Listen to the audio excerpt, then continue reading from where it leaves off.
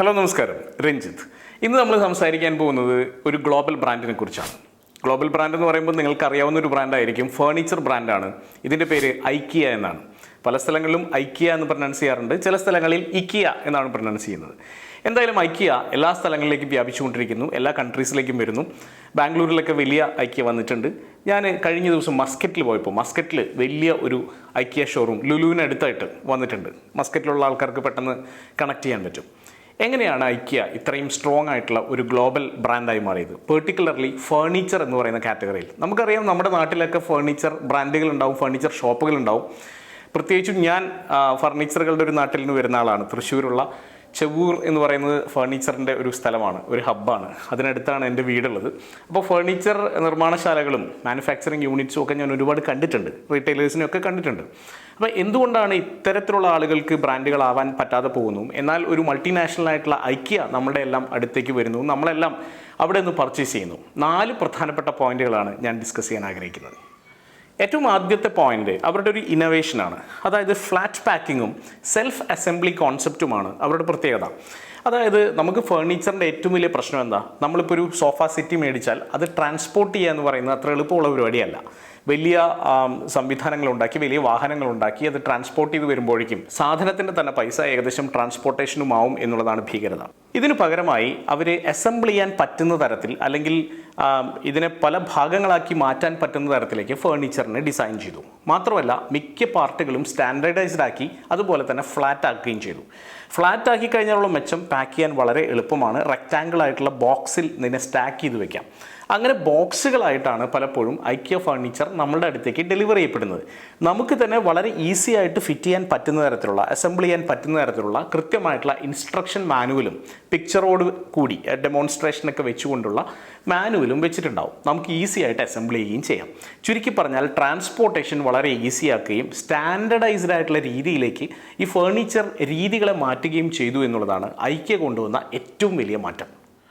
രണ്ടാമത്തെ കാര്യം, cost effective ആയിട്ടുള്ളതും ഫങ്ഷണൽ ആയിട്ടുള്ളതുമായിട്ടുള്ള ഡിസൈനുകളാണ്.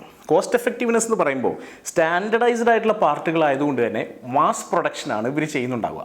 മാസ് പ്രൊഡക്ഷൻ ചെയ്യുമ്പോൾ തന്നെ നമുക്കറിയാം, ഇക്കോണമീസ് ഓഫ് വോളിയം എന്ന് പറയുന്ന പോലെ ഒരുപാട് സാധനങ്ങൾ ഉണ്ടാക്കുമ്പോൾ ഓട്ടോമാറ്റിക്കലി അതിൻ്റെ മാനുഫാക്ചറിങ് കോസ്റ്റ് കുറഞ്ഞു വരുന്നു.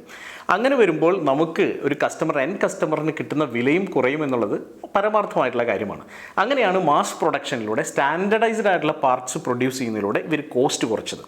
ഒപ്പം തന്നെ വളരെ ഫങ്ഷണൽ ആയിട്ടുള്ള ഡിസൈനുകളിലേക്ക് അവർ വരാൻ തുടങ്ങി. ഫങ്ഷണൽ ഡിസൈൻ എന്ന് ഉദ്ദേശിക്കുന്നത് പലപ്പോഴും ഒരാളുടെ ഹൈറ്റിനനുസരിച്ച് വേണമെങ്കിൽ ഇതിൻ്റെ ഹൈറ്റ് അഡ്ജസ്റ്റ് ചെയ്യാൻ പറ്റുന്ന തരത്തിൽ, അല്ലെങ്കിൽ ഏതെങ്കിലും ഒരു മുറിയുടെ ഡിസൈൻ അനുസരിച്ച്, രൂപമനുസരിച്ച് ആ ഫേർണിച്ചറിൻ്റെ രൂപവും മാറ്റാൻ പറ്റുന്ന തരത്തിലേക്ക്, അങ്ങനെ പലതരത്തിൽ നമ്മളുടെ ആവശ്യത്തിനനുസരിച്ച് കസ്റ്റമൈസ് ചെയ്യുകയും ഫങ്ഷനലാക്കാൻ പറ്റുകയും ചെയ്യുന്ന തരത്തിലുള്ള ഡിസൈനുകൾ കൂടി അഡോപ്റ്റ് ചെയ്തപ്പോൾ ഐക്കിയ എല്ലാവരുടെയും ഫേവറേറ്റ് ആയിട്ടുള്ള ഒരു ബ്രാൻഡായി മാറി. മൂന്നാമത്തെ പോയിന്റ് അവരുടെ ഗ്ലോബൽ എക്സ്പാൻഷൻ സ്ട്രാറ്റജിയാണ്. അവർ പല സ്ഥലങ്ങളിലേക്കും കടന്നു വരുന്നതിന് മുൻപായി ആ ഒരു പെർട്ടിക്കുലർ കൺട്രിയുടെ പ്രിഫറൻസസ് കൃത്യമായി മനസ്സിലാക്കുകയും ഏത് തരത്തിലുള്ള ഫേർണിച്ചറുകളാണ്, ഏത് തരത്തിലുള്ള ഐറ്റംസ് ആണ്, ഏത് തരത്തിലുള്ള മെറ്റീരിയൽസ് ആണ് ഈ ആളുകൾ കൂടുതൽ ഉപയോഗിക്കുന്നതെന്ന് മനസ്സിലാക്കി അവർക്ക് അനുസൃതമായിട്ടുള്ള രീതിയിൽ അത്തരത്തിലുള്ള മെറ്റീരിയൽസ് ഉപയോഗിച്ചുകൊണ്ടും അത്തരത്തിലുള്ള രൂപവും ഭാവവും നിറവും ഒക്കെ ഉപയോഗിച്ചുകൊണ്ടും ഫേർണിച്ചറുകൾ ഉണ്ടാക്കാൻ ആരംഭിച്ചു. അപ്പോൾ കൃത്യമായ കസ്റ്റമൈസേഷനോടുകൂടി, കൃത്യമായ പഠനത്തോടുകൂടി പല കൺട്രീസിലേക്കും അവർ എൻ്റർ ചെയ്യാൻ ആരംഭിച്ചപ്പോൾ ഓരോ കൺട്രിയിലുമുള്ള ആളുകൾ അവരുടെ ബ്രാൻഡായി ഐക്കിയയെ ഏറ്റെടുത്തു എന്നുള്ളതാണ് സത്യം.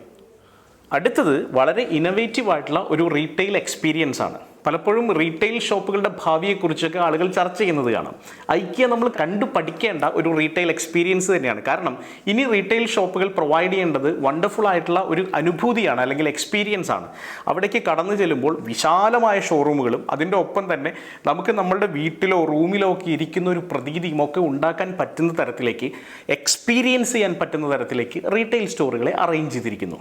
ഒപ്പം തന്നെ ഫങ്ഷണലായിട്ടുള്ള ഫീലിംഗ് നമുക്ക് കൊണ്ടുവരുന്നതിനും ഒപ്പം അവിടെ കസ്റ്റമർ സർവീസ് ഏറ്റവും മനോഹരമാക്കുന്നതിനും ഐക്കിയ ശ്രദ്ധിച്ചിട്ടുണ്ട്. അപ്പോൾ ചുരുക്കി പറഞ്ഞാൽ റീറ്റെയിലിങ്ങിലുള്ള ഒരു എക്സ്പീരിയൻസ് കൂടി ഐക്കിയ ലോകോത്തര ബ്രാൻഡുകളിൽ ഒന്നാക്കി മാറ്റാൻ സഹായിക്കുന്നുണ്ട്.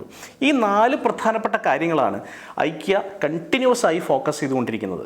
പെട്ടെന്ന് പറയുമ്പോൾ വളരെ സിമ്പിളായിട്ടുള്ള കാര്യങ്ങളാണ് എന്ന് തോന്നാമെങ്കിലും ഈ കാര്യങ്ങൾ ഇംപ്ലിമെൻ്റ് ചെയ്യുന്നത് അത്ര എളുപ്പമല്ല. സ്ഥിരമായി ഇത്തരം കാര്യങ്ങൾ ഇംപ്ലിമെൻ്റ് ചെയ്യപ്പെടുമ്പോഴാണ് അതിനെ ഒരു ബ്രാൻഡ് എന്ന് അക്ഷരം തെറ്റാതെ വിളിക്കാൻ സാധിക്കുക. അത്തരത്തിൽ അക്ഷരം തെറ്റാതെ ലോകോത്തരം എന്ന് വിശേഷിപ്പിക്കാവുന്ന ഒരു ബ്രാൻഡ് തന്നെയാണ് ഐക്കിയ. All the best.